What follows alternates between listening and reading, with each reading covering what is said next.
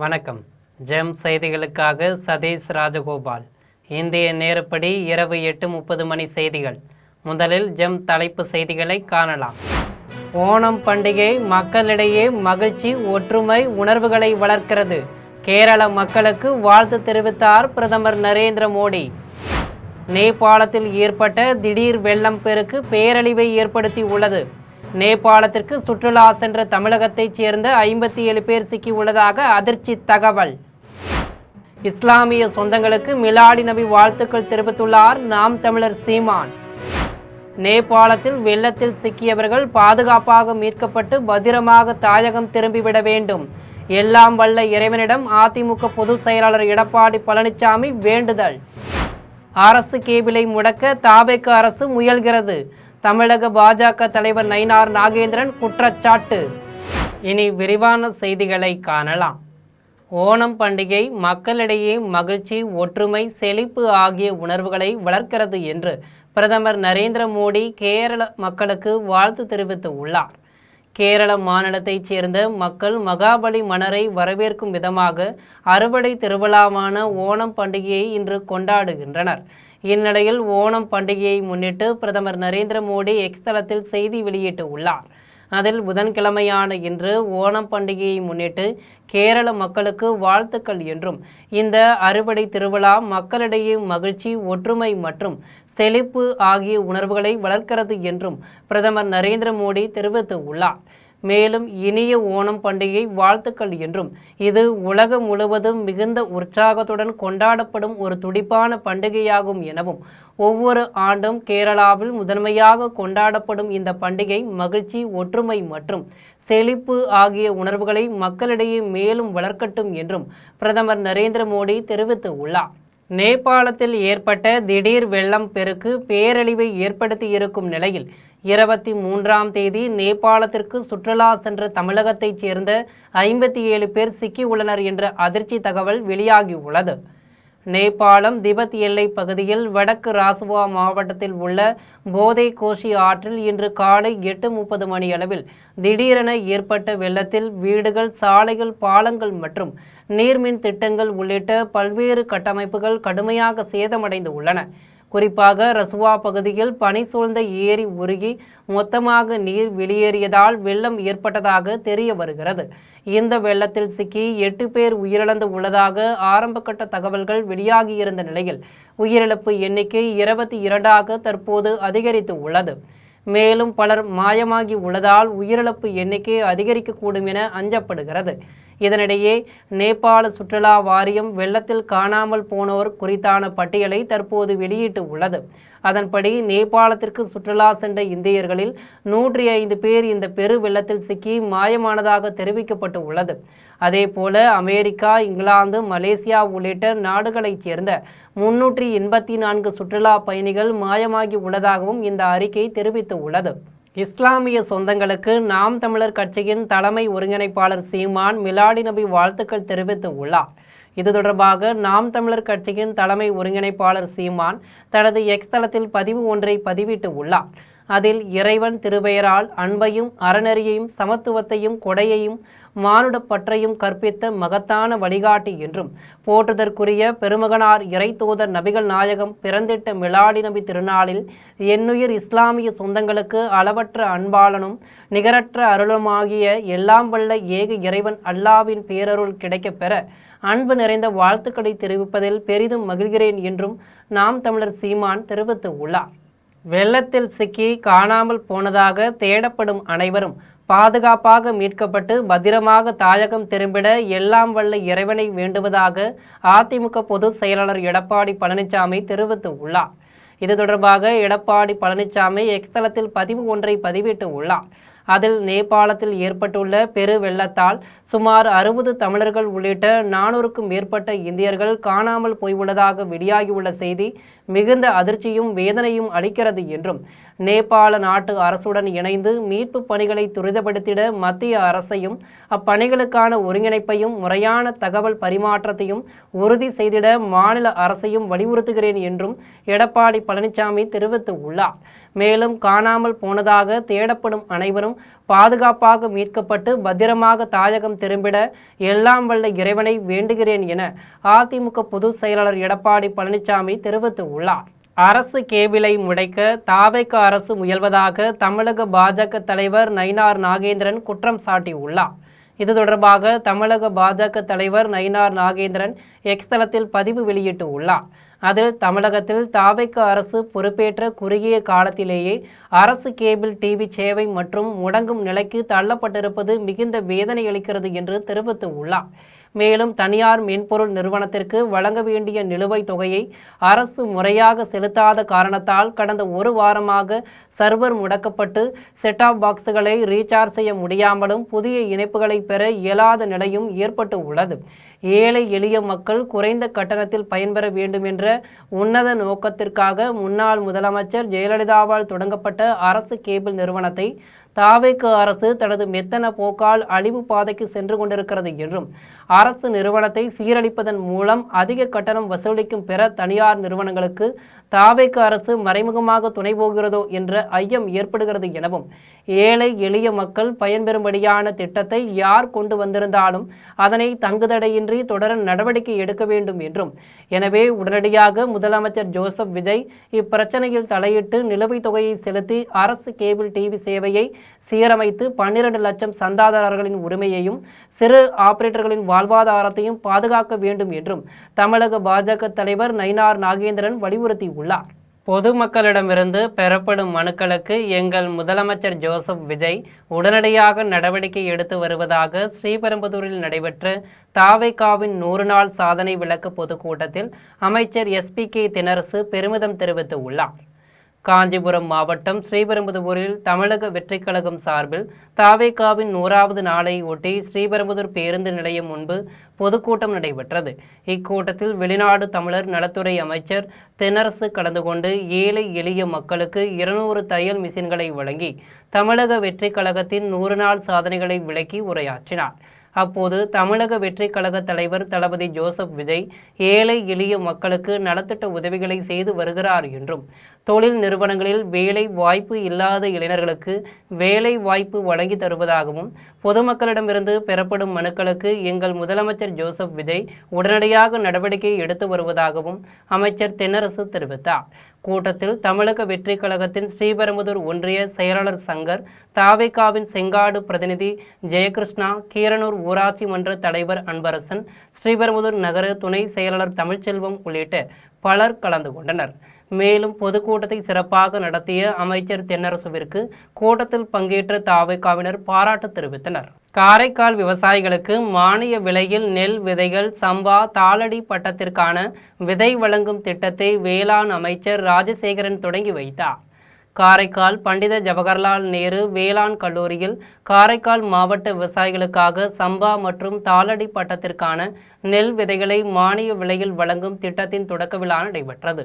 விழாவிற்கு காரைக்கால் வேளாண் கல்லூரி முதல்வர் முனைவர் சங்கர் முன்னிலை வகித்தார்.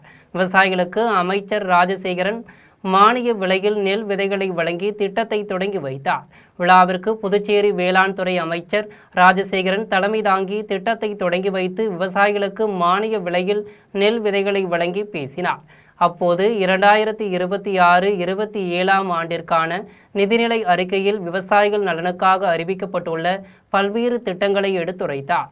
குறிப்பாக கோடைக்கால பயிர் சாகுபடி மேற்கொள்ளும் காரைக்கால் விவசாயிகளுக்கு ஹெக்டேருக்கு ரூபாய் 1500 நிதியுதவி, அறுவடைக்கு பிந்தைய இழப்புகளை குறைக்க சூரிய சக்தி பயிர் உலர்த்திகள் வாங்குவதற்கான நிதியுதவி, சூரிய சக்தியில் இயங்கும் மோட்டார் பம்ப் செட்டுகளுக்கு மானியம் உள்ளிட்ட திட்டங்கள் குறித்து விளக்கினார்.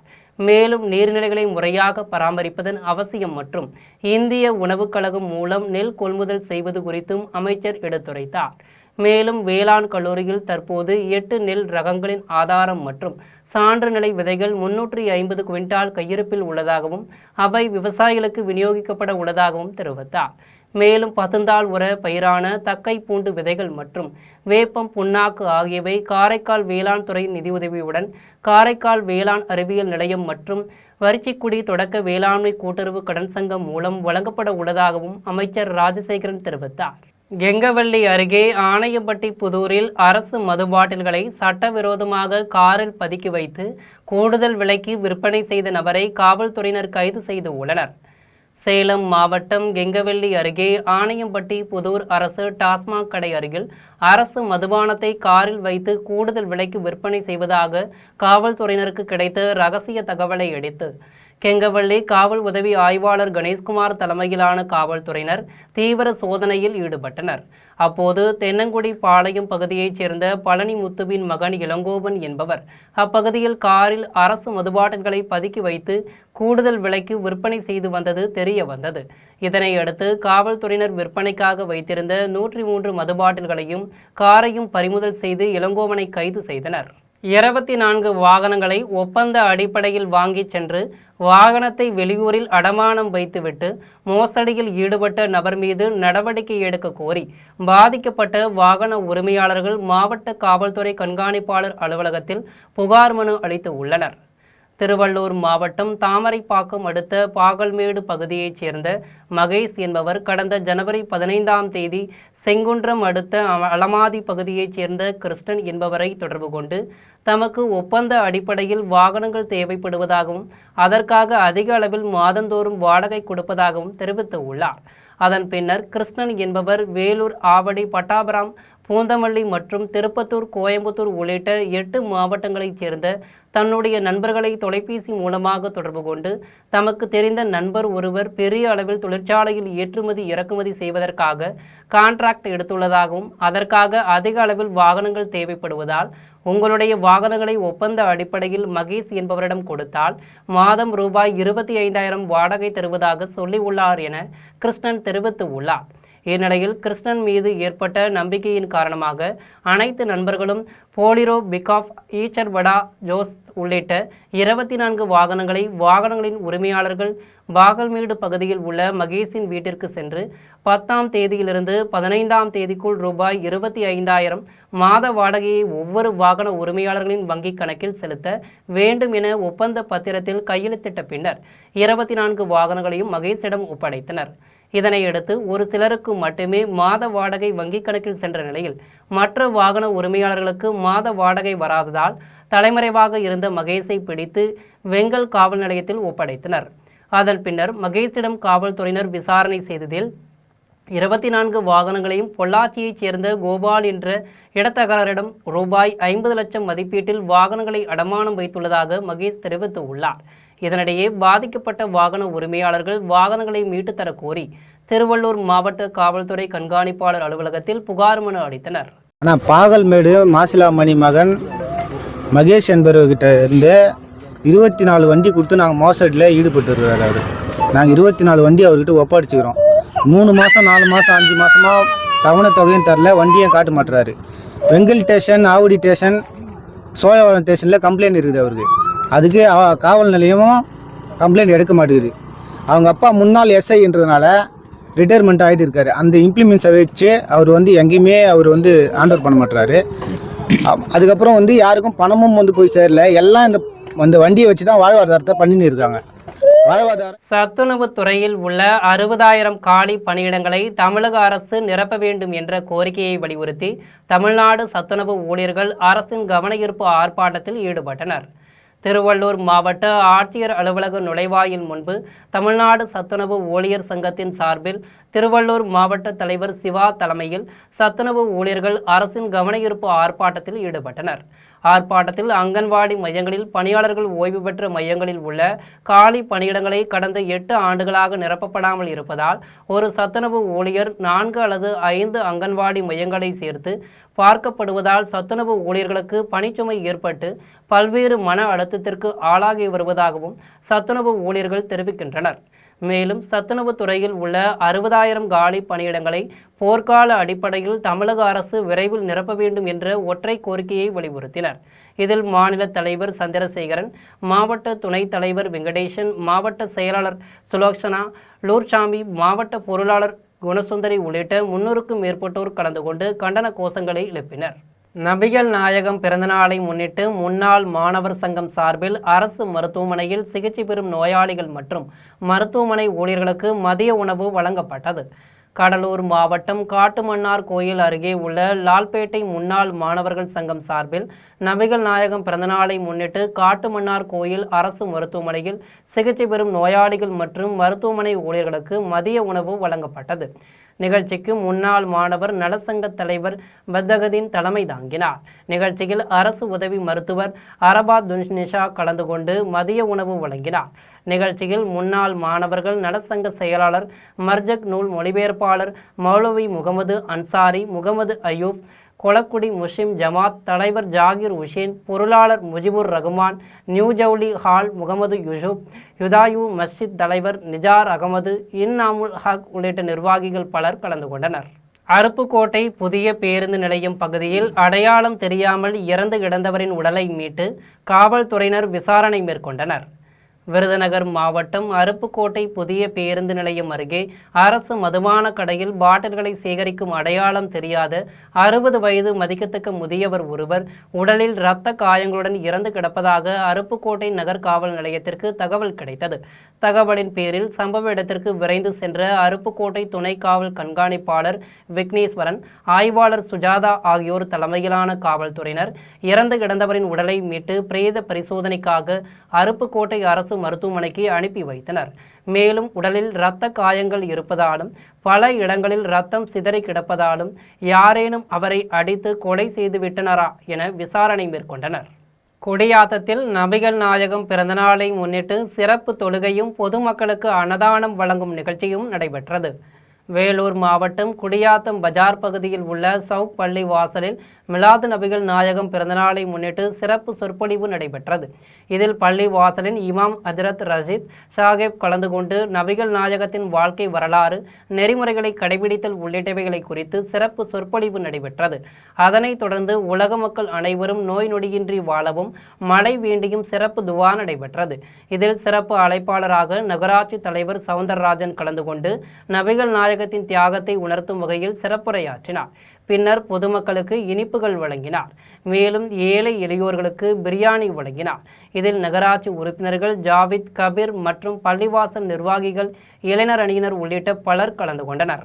விருதாசலம் நகராட்சியின் அலட்சிய போக்கினால் 19வது வார்டு முழுவதும் குப்பை கிடங்காக மாறிவரும் அவலநிலை ஏற்பட்டுள்ளதால் விநாயகர் சிலை வைத்தாலாவது குப்பை கொட்ட மாட்டார்கள் என்பதற்காக அப்பகுதி குடியிருப்பு வாசிகள் விநாயகர் சிலை வைத்து வழிபாடு செய்தனர். கடலூர் மாவட்டம் விருதாச்சலம் நகராட்சிக்குட்பட்ட 19வது வார்டு பகுதியில் சரிவர குப்பைகளை வாங்கி செல்வதற்கு குடியிருப்பு பகுதிகளுக்கு தூய்மை பணியாளர்கள் வருவதில்லை என்றும், அப்படியே வந்தாலும் குப்பைகளை சேகரித்து ஓர் இடத்தில் மூட்டை கட்டி வைத்துவிட்டு சென்று விடுவதாகவும் குடியிருப்பு வாசிகள் குற்றம் சாட்டினர். மேலும் இப்பகுதியில் விநாயகர் சிலை வைத்தாலாவது குப்பைகளை கொட்டாமல் இருப்பார்கள் என்பதற்காக குடியிருப்பு வாசிகள் விநாயகர் சிலையை வைத்து விளக்கேற்றி வைத்து வழிபட்டனர். இந்நிலையில் தற்போது மழைக்காலம் தொடங்கியதால் தேக்கி வைக்கப்பட்டுள்ள குப்பைகளிலிருந்து துர்நாற்றம் வீசுவதாகவும் நோய் தொற்று ஏற்படும் அபாயம் இருப்பதாகவும் தற்போது பன்றி காய்ச்சல், பறவை காய்ச்சல் பரவி வருவதால் விருதாச்சலம் நகராட்சி நிர்வாகம் இதற்கு உடனடியாக தீர்வு காண வேண்டும் என்றும் குடியிருப்பு வாசிகள் கோரிக்கை விடுத்தனர். மதுபான கடையின் சுவற்றை உடைத்து 38 மது பாட்டில்கள் திருடிச் சென்ற நபரை காவல்துறையினர் கைது செய்து சிறையில் அடைத்து உள்ளனர். ராணிப்பேட்டை மாவட்டம் சோளிங்கர் அடுத்த மோட்டூர் பாண்டியநல்லூர் இடைப்பட்ட பகுதியில் அரசு மதுபான கடை செயல்பட்டு வருகிறது. இந்நிலையில் இரவு நேரத்தில் மதுபான கடையின் பக்கவாட்டு சுவர் உடைக்கப்பட்டிருந்ததைக் கண்டு ஊழியர் அதிர்ச்சியடைந்தார். இதுகுறித்து அவர் உடனடியாக சோளிங்கர் காவல் நிலையத்திற்கு தகவல் தெரிவித்தார். தகவலின் பேரில் சோளிங்கர் காவல் ஆய்வாளர் ராமச்சந்திரன் தலைமையிலான காவல்துறையினர் சம்பவ இடத்திற்கு விரைந்து சென்று ஆய்வு மேற்கொண்டனர். மேலும் இதுகுறித்து வழக்கு பதிவு செய்து விசாரணை நடத்தி வருகின்றனர். மேலும் மதுபான கடையில் பொருத்தப்பட்டிருந்த சிசிடிவி கேமரா காட்சிகளை காவல்துறையினர் ஆய்வு செய்தபோது செஞ்சியை சேர்ந்த குமார் என்பவர் மது பாட்டில்களை திருடி சென்றது தெரிய வந்தது. இதனையடுத்து குமாரை காவல்துறையினர் கைது செய்து நீதிமன்றத்தில் ஆஜர்படுத்தி சிறையில் அடைத்தனர். காஞ்சிபுரம் மாநகராட்சியின் மாதாந்திர மாமன்ற கூட்டத்தில் கொசு ஒழிப்பு பணிகளில் ரூபாய் பல லட்சம் ஊழல் நடைபெற்று உள்ளதாக மாமன்ற உறுப்பினர் கார்த்திக் குற்றம் சாட்டியுள்ளார். காஞ்சிபுரம் மாநகராட்சியின் மாதாந்திர மாமன்ற கூட்டம் அண்ணா அரங்கத்தில் உள்ள கூட்டரங்கில் மேயர் மகாலட்சுமி தலைமையில் நடைபெற்றது. 51 வார்டுகளை கொண்ட மாநகராட்சியின் கூட்டம் தமிழ்தாய் வாழ்த்துடன் தொடங்கியது. தொடர்ந்து தீண்டாமை ஒழிப்பு உறுதிமொழி ஏற்கப்பட்டது. இதனையடுத்து மேயர் தீர்மானங்களை வாசிக்க தொடங்கிய நிலையில் மாமன்ற உறுப்பினர்கள் தங்களது வார்டுகளில் நிலவும் பிரச்சினைகள் குறித்து விவாதங்களை முன்வைத்தனர். கூட்டத்தில் 48வது வார்டு மாமன்ற உறுப்பினர் கார்த்திக் பேசினார். அப்போது மாநகராட்சி பகுதிகளில் மேற்கொள்ளப்படும் கொசு ஒழிப்பு பணிகளில் ரூபாய் பல லட்சம் முறைகேடு நடைபெற்றுள்ளதாகவும், கொசு ஒழிப்பு பணிகளுக்காக பயன்படுத்தப்படும் டீசல் ஏற்கனவே கூட்டுறவு பெட்ரோல் பங்குகளில் கொள்முதல் செய்யப்பட்டு வந்த நிலையில் சமீப மாதங்களாக சுகாதார ஆய்வாளர் தனியார் பெட்ரோல் பங்குகளில் டீசல் கொள்முதல் செய்து வருவதாகவும், இதனால் மாநகராட்சிக்கு ரூபாய் பல லட்சம் இழப்பு ஏற்பட்டுள்ளதாகவும் குற்றம் சாட்டினார். மேலும் ஒவ்வொரு மாதமும் எவ்வளவு டீசல் கொள்முதல் செய்யப்பட்டது என்பது குறித்த பட்டியலையும் அதற்கான ஆதாரங்களையும் மாமன்றத்தில் முன்வைத்தார். இதேபோன்று பல்வேறு மாமன்ற உறுப்பினர்கள் தங்களது வார்டு பிரச்சினைகள் குறித்து விவாதங்களை முன்வைத்தனர். கூட்டத்தில் 112வது தீர்மானங்கள் நிறைவேற்றப்பட்டதைத் தொடர்ந்து மாதாந்திர மாமன்ற கூட்டம் நிறைவடைந்தது.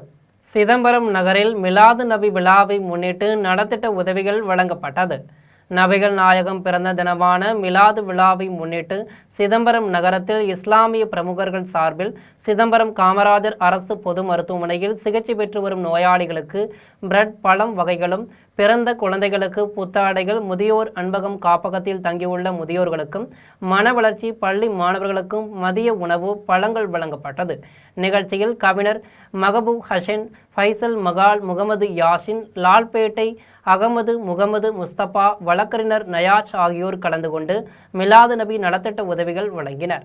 இதில் காமராஜர் அரசு பொது மருத்துவமனை தலைமை மருத்துவர் லட்சுமி, மருத்துவர்கள் சிவகாமி, கீதா, தலைமை செவிலியர் கண்காணிப்பாளர் பகத்சிங், கிறிஸ்டல், மேலாளர் ரூபியா கிறிஸ்டல் உள்ளிட்ட பலர் கலந்து கொண்டனர். காரைக்காலில் பள்ளிகள் அருகே புகையிலை, போதைப் பொருட்கள் விற்பனை செய்தால் கடும் நடவடிக்கை எடுக்கப்படும் என காவல்துறை கண்காணிப்பாளர் பழனிவேலு எச்சரிக்கை விடுத்துள்ளார். திருநள்ளாறு காவல் நிலையத்தில் மாவட்டத்தின் வடக்கு பகுதியின் காவல்துறை கண்காணிப்பாளர் பழனிவேலு தலைமையில் கலந்தாய்வு கூட்டம் நடைபெற்றது. கூட்டத்தில் பள்ளிகளை சுற்றி 100 மீட்டர் தொலைவிற்குள் புகையிலை பொருட்கள் மற்றும் போதை வஸ்துக்கள் விற்பனை செய்யக்கூடாது என கடைகளின் உரிமையாளர்களுக்கு அறிவுறுத்தப்பட்டது. மேலும் 18 வயதுக்குட்பட்ட மாணவர்கள் மற்றும் சிறார்களுக்கு புகையிலை பொருட்கள் உள்ளிட்ட போதைப் பொருட்களை விற்பனை செய்யக்கூடாது என்றும், விதிகளை மீறி விற்பனை செய்தால் சட்டப்படி கடும் நடவடிக்கை எடுக்கப்படும் என்றும் காவல் கண்காணிப்பாளர் பழனிவேலு எச்சரித்தார். கூட்டத்தில் திருநள்ளாறு காவல் நிலைய ஆய்வாளர் பிரவீன், உதவி ஆய்வாளர் சுரேஷ் உள்ளிட்ட காவல்துறையினர், வியாபாரிகள், விற்பனையாளர்கள் மற்றும் பொதுமக்கள் பலர் கலந்து கொண்டனர். கடுமையான நடவடிக்கை எடுக்கப்படும் என்று அவர்களிடம் அறிவுறுத்தப்பட்டது. இது பள்ளிகளுக்கு அந்த 100 மீட்டருக்குள்ளே எல்லா புகைப்பொருட்களும் தடை செய்யப்படுது. அதுக்கிடையில் விற்றா சட்டப்படி என்னவோ படி நடவடிக்கை எடுக்கணும்னு சொல்லி வழக்கு பதிவு செஞ்சு நடவடிக்கை எடுக்கணும்னு சொல்லி முதல் கட்டமாக அவங்களுக்கு அறிவுறுத்தியாச்சு. விற்கக்கூடாது, இது தடை செய்யப்பட்டதுன்னு சொல்லியாச்சு. இது ஃபாலோ பண்ணி பல சோதனை ரெய்டெலாம் நடத்துவோம். இருந்தால் திரும்ப சட்ட ரீதியாக நடவடிக்கை. பெரம்பலூர் நகரில் பகல் மற்றும் இரவு நேரங்களில் வீட்டில் வைக்கப்பட்டிருக்கும் சிலிண்டர்கள் திருடப்படும் சம்பவங்கள் சமூக வலைதளங்களில் பரவி வைரலாகி வருகிறது. பெரம்பலூர் 4 ரோடு அருகே உள்ள மின்னகர் பகுதியில் ஆட்கள் நடமாட்டம் உள்ள நேரங்களிலேயே வீட்டின் காம்பவுண்டுகளுக்குள் வைக்கப்பட்டிருக்கும் சிலிண்டர்கள் காணாமல் போனது. இதேபோன்று மின்னகரைச் சேர்ந்த முருகேசன் என்பவரது வீட்டில் வைக்கப்பட்டிருந்த சமையல் எரிவாயு சிலிண்டரும் கடந்த 6ஆம் தேதி காணாமல் போனது. இதுகுறித்து முருகேசன் சிசிடிவி கேமரா காட்சிகளை ஆய்வு செய்தபோது இருசக்கர வாகனத்தில் வந்த மர்ம நபர் அதிகாலை 4 மணிக்கு காம்பவுண்ட் சுவர் ஏறி உள்ளே குதித்து அங்கு வைக்கப்பட்டிருந்த சிலிண்டரை தூக்கி கொண்டு அவசரமாக செல்லும் காட்சிகள் பதிவாகியிருந்தது. இந்நிலையில் இருவேறு பகுதிகளில் சிலிண்டர்கள் திருடப்பட்ட சம்பவங்கள் குறித்து பாதிக்கப்பட்ட முருகேசன் மற்றும் சக்திபாலன் ஆகிய இருவரும் கொடுத்த புகாரின் பேரில் பெரம்பலூர் நகர காவல் நிலைய காவல்துறையினர் விசாரணை மேற்கொண்டு வருகின்றனர். ஓமலூர் அடுத்த தீவட்டிப்பட்டி பேருந்து நிறுத்தத்தில் நிறுத்தப்பட்டிருந்த லாரியை கடத்திய நபர்களை ஆட்டோ ஓட்டுநர்கள் சாமர்த்தியமாக தடுத்து நிறுத்தி காவல் நிலையத்தில் ஒப்படைத்தனர். சேலம் பெங்களூரு தேசிய நெடுஞ்சாலையில் ஓமலூர் அடுத்த தீவட்டிப்பட்டி பேருந்து நிறுத்தத்தில் நிறுத்தப்பட்டிருந்த லாரியில் கரூரைச் சேர்ந்த லாரி ஓட்டுநர் காடீஸ்வரன் என்பவர் சாவியை விட்டுவிட்டு மதுபோதையில் தூங்கிக் கொண்டிருந்தார். இந்நிலையில் நள்ளிரவில் லாரியை திருடிச் சென்ற வெற்றிவேல் மற்றும் ராஜா ஆகிய இருவரையும் சந்தேகமடைந்த உள்ளூர் ஆட்டோ ஓட்டுநர்கள் சேத்துப்பாதை பகுதியில் ஆட்டோவை குறுக்கே நிறுத்தி அதிரடியாக லாரியை மடக்கி பிடித்தனர். இதுகுறித்து தகவல் அறிந்து சம்பவ இடத்திற்கு உடனடியாக வந்த தீவட்டிப்பட்டி காவல்துறையினர் லாரியை கடத்திய இருவரையும் கைது செய்து சிறையில் அடைத்தனர். ஆட்டோ ஓட்டுநர்களின் இந்த சாமோதிச்சமான செயலால் லாரி திருட்டு முறியடிக்கப்பட்ட சம்பவம் காடையாம்பட்டி பகுதியில் பெரும் பரபரப்பை ஏற்படுத்தியுள்ளது. நாகர்கோவிலில் தாவேக அரசின் 100 நாட்கள் நிறைவடைந்ததை ஒட்டி தாவேகாவினர் தூய்மை பணியாளர்களுக்கு சமபந்தி விருந்தளித்தனர். தமிழக வெற்றிக் கழக ஆட்சி பொறுப்பேற்று 100 நாட்கள் நிறைவடைந்ததை ஒட்டி தமிழகம் முழுவதும் தமிழக வெற்றிக் கழகத்தினர் தாவேகாவின் 100 நாட்கள் சாதனையை கொண்டாடி வருகின்றனர். அதன் ஒரு பகுதியாக கன்னியாகுமரி மாவட்டம் நாகர்கோவிலில் தமிழக வெற்றிக் கழகம் சார்பில் தூய்மை பணியாளர்களுக்கு ஏராளமான நலத்திட்ட உதவிகள் வழங்கப்பட்டன. அதனைத் தொடர்ந்து தூய்மை பணியாளர்களுக்கு சமபந்தி விருந்து அளிக்கப்பட்டது. சமபந்தி விருந்தில் தமிழக வெற்றிக் கழக நிர்வாகிகள் தூய்மை பணியாளர்களோடு சேர்ந்து சமபந்தி விருந்தில் கலந்து கொண்டனர். தாவேக்கு நிர்வாகி பால்ராஜ் முன்னிலையில் தாவேக்கு கிழக்கு மாவட்ட செயலாளர் மாதவன் நலத்திட்ட உதவிகளை வழங்கினார். தூய்மை பணியாளர்கள் அனைவரும் சமபந்தி விருந்தளித்த தாவேக்காவினரை பாராட்டி வாழ்த்தி சென்றனர். மீண்டும் ஜம் தலைப்பு செய்திகள். ஓணம் பண்டிகை மக்களிடையே மகிழ்ச்சி, ஒற்றுமை உணர்வுகளை வளர்க்கிறது. கேரள மக்களுக்கு வாழ்த்து தெரிவித்தார் பிரதமர் நரேந்திர மோடி. நேபாளத்தில் ஏற்பட்ட திடீர் வெள்ளம் பெருக்கு பேரழிவை ஏற்படுத்தி உள்ளது. நேபாளத்திற்கு சுற்றுலா சென்ற தமிழகத்தைச் சேர்ந்த 57 பேர் சிக்கியுள்ளதாக அதிர்ச்சி தகவல். இஸ்லாமிய சொந்தங்களுக்கு மிலாடி நபி வாழ்த்துக்கள் தெரிவித்துள்ளார் நாம் தமிழர் சீமான். நேபாளத்தில் வெள்ளத்தில் சிக்கியவர்கள் பாதுகாப்பாக மீட்கப்பட்டு பத்திரமாக தாயகம் திரும்பிவிட வேண்டும். எல்லாம் வல்ல இறைவனிடம் அதிமுக பொதுச் செயலாளர் எடப்பாடி பழனிசாமி வேண்டுதல். அரசு கேபிளை முடக்க தாவேக அரசு முயல்கிறது. தமிழக பாஜக தலைவர் நயினார் நாகேந்திரன் குற்றச்சாட்டு. இத்துடன் ஜெம் செய்திகள் நிறைவடைகின்றன. மீண்டும் ஜெம் செய்திகள் இரவு 12 மணிக்கு. உடனுக்குடன் செய்திகளை காண ஜெம் லைவ்.tv என்ற இணையதளத்தில் இணைந்திருங்கள். நன்றி, வணக்கம்.